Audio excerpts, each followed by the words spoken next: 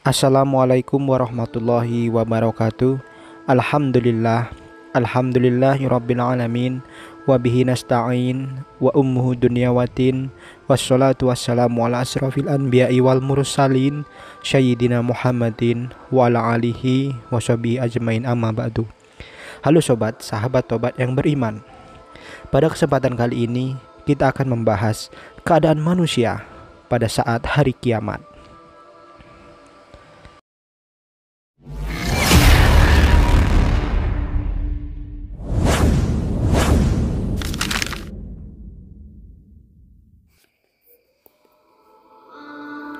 Kiamat hanya akan terjadi pada orang-orang kafir, yakni ketika orang yang mukmin di dunia ini telah dicabut nyawanya oleh Allah Subhanahu wa taala.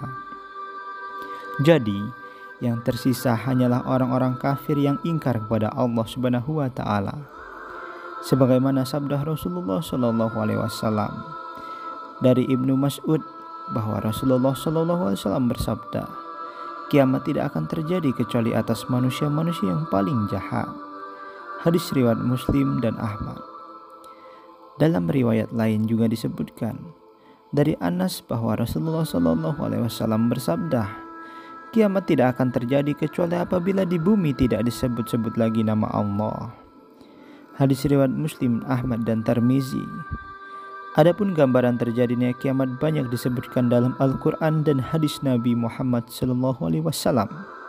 Namun, pastinya ketika kiamat telah terjadi, tidak ada satupun makhluk yang tersisa. Manusia pada hari yang dahsyat dan mengerikan tersebut seperti anak-anak yang berterbangan. Kedahsyatan hari tersebut di antara yang digambarkan dalam surat Al-Qari'ah, yang artinya hari kiamat. Apakah hari kiamat itu? Tahukah kamu apakah hari kiamat itu? Pada hari itu manusia seperti anak-anak yang berterbangan dan gunung-gunung seperti bulu yang dihambur-hamburkan. Quran Surah Al-Qari'ah ayat 1-5. Kiamat akan dimulai dengan tiupan sangkakala oleh malaikat Israfil. Setelah tiupan pertama, bumi dan alam semesta pun akan luluh lantak tanpa tersisa. Allah Subhanahu wa taala berfirman, dan ditiuplah sangkakala, maka matilah siapa yang ada di langit dan di bumi, kecuali siapa yang dikehendaki Allah. Kemudian ditiup sangkakala itu sekali lagi, maka tiba-tiba mereka berdiri menunggu putusannya masing-masing, dan terang benderalah bumi atau padang mahsyar dengan cahaya keadilan Tuhannya. Dan diberikanlah buku perhitungan amal, dan didatangkanlah para nabi dan saksi-saksi, dan diberi keputusan di antara mereka dengan adil, sedang mereka tidak dirugikan. Dan disempurnakanlah bagi tiap-tiap jiwa atau balasan apa yang telah dikerjakannya, dan Dia lebih mengetahui apa yang mereka kerjakan. Quran Surat Az-Zumar ayat 68-70. Allah juga berfirman, Allah Subhanahu wa taala menyuruh Israfil meniup tiupan pertama. Kemudian terkejutlah segenap penghuni langit dan bumi, kecuali mereka yang dikehendaki Allah Subhanahu wa taala. Ketika itu Allah taala menyuruh Israfil memperpanjangkan tiupannya tanpa henti. Itulah yang difirmankan Allah Subhanahu wa taala, tidaklah yang mereka tunggu melainkan hanya satu teriakan saja yang tidak ada baginya saat berselang. Quran Surat Sad ayat 15. Pada hari kiamat kelak, gunung-gunung pun berjalan bagai awan, lalu menjadi fata morgana. Bumi bergoyang hebat, menggoyangkan penghuninya bagai perahu di laut lepas.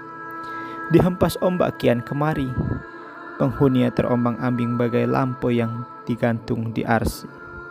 Hati siapapun menjadi gemetar karenanya.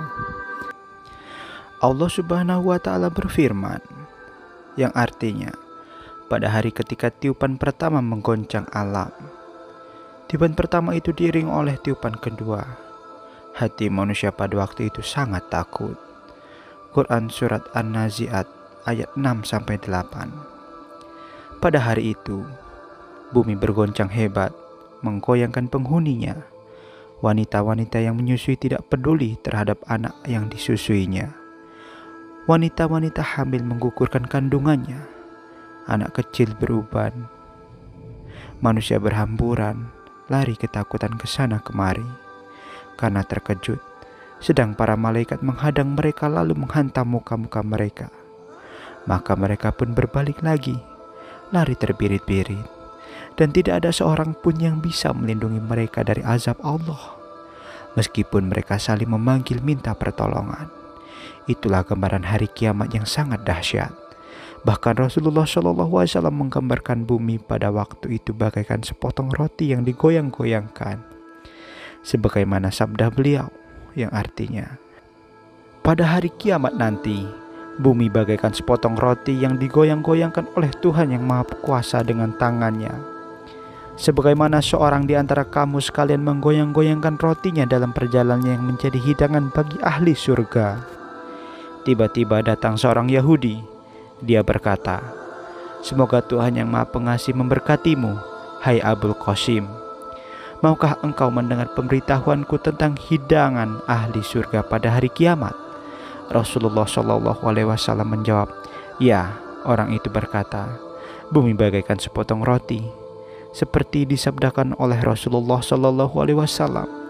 Mendengar perkataan itu, Rasulullah SAW memandang ke arah kami, kemudian tertawa hingga tampak gigi-gigi geraham beliau.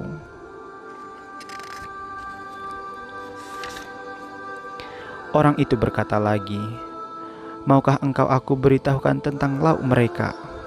Rasulullah SAW menjawab, "Ya."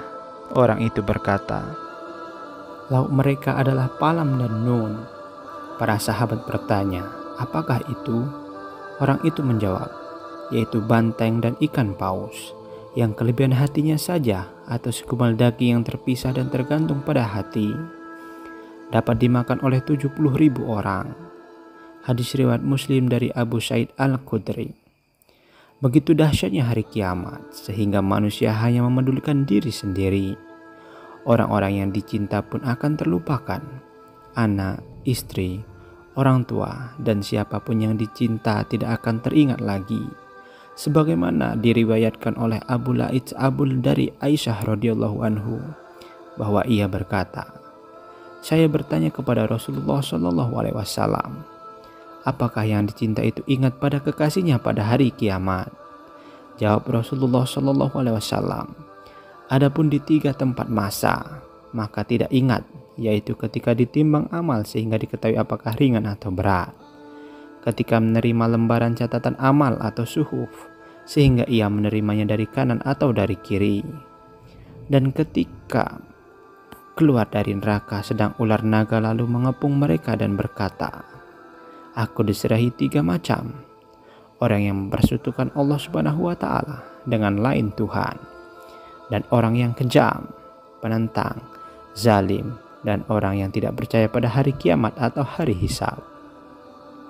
Maka diringkus semua orang-orang yang tersebut itu, lalu dilemparkan semuanya dalam neraka jahanam. Dan di atas neraka jahanam itu ada jembatan yang lebih halus dari rambut dan lebih tajam dari pedang. Sedang di kanan kirinya bantolan dan duri-duri. Sedang orang-orang yang berjalan di atasnya ada yang bagaikan kilat dan bagaikan angin kencang. Maka ada yang selamat dan ada yang luka terkena bantolan duri, dan tidak ada yang terjerumus muka ke dalam neraka. Itulah dahsyatnya hari kiamat. Pada hari itu, semua makhluk dan alam semesta akan hancur lebur, musnah dengan tiupan pertama Israfil. Namun, kemudian Allah akan membangkitkan Israfil dan menyuruhnya meniupkan sangkakala untuk kedua kalinya, sehingga semua akan bangkit kembali. Semoga kita dalam lindungan Allah Subhanahu wa Ta'ala.